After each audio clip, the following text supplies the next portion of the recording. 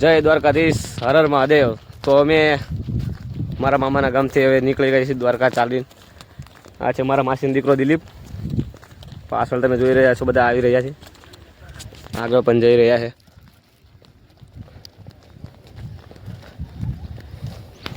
આજે છે અમારા દ્વારકા ચાલીને જવાનો પહેલો દિવસ, તો બ્લોગમાં કન્ટિન્યુ બન્યા રહેજો। 10 દિવસ 15 દિવસ થઈ જશે અમારા। તો હાલતા હાલતા બહુ આગળ આવી ગયા છીએ અને તાવી રોકાણા નાસ્તો કરવા। 12 વાગી ગયા બપોરના।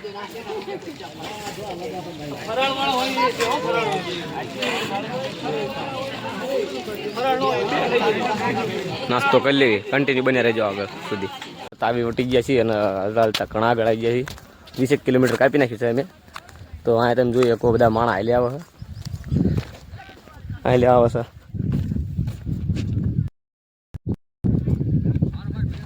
સુનગર રાત રોકાવાનું મારે, તો હજી આગળ છે ખાવાનું હોય એટલે બપોરે તો આગળ ઊભા રહી, તો બ્લોગમાં કન્ટિન્યુ બન્યા રહેજો। જય દ્વારકાધીશ। ફાઇનલી મિત્રો અમે વરાસણી ગામ આવી ગયા છીએ। ત્યાં રામાપીરનું મંદિર છે, અહીંયા જમવા ઊભા છીએ। બપોરના વાગી ગયા છે 2। જો તમે જો બધા જમી રહ્યા છે, રામાપીરનું મંદિર છે। તો અમારે હજી 20 કિલોમીટર હાલવાનું છે, જેટલું હાલી નહીં એટલું, તો બ્લોગમાં બન્યા રહેજો। જય દ્વારકાધીશ।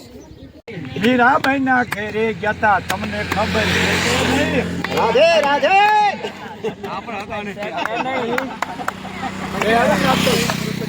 તમને ખબર છે કે નહીં? રાધે રાધે। ખબર નથી રે, ખબર નથી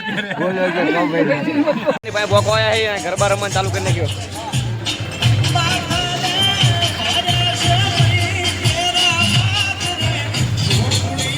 આ બધા આવી ગયા અત્યારે, વઢવાણ પોકો આવ્યા હતા, વચ્ચે પેટ્રોલ પંપ આવ્યા, ત્યાં ગરબા ગાવાનું ચાલુ કર્યું। જય દ્વારકાધીશ।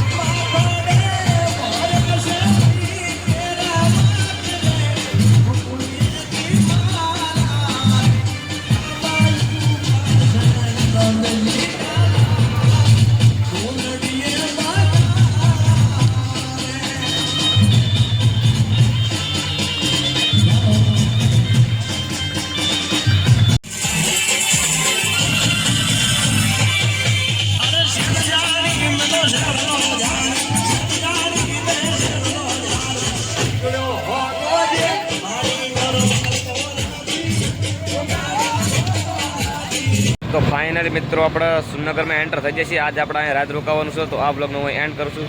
જો તમને પસંદ આવે તો લાઈક કરો, ચેનલમાં નવો સબસ્ક્રાઈબ કરો। ફરીથી મળશે કાલે સરસ મજાના નવા બ્લોગમાં। જય હિન્દ, જય દ્વારકાધીશ।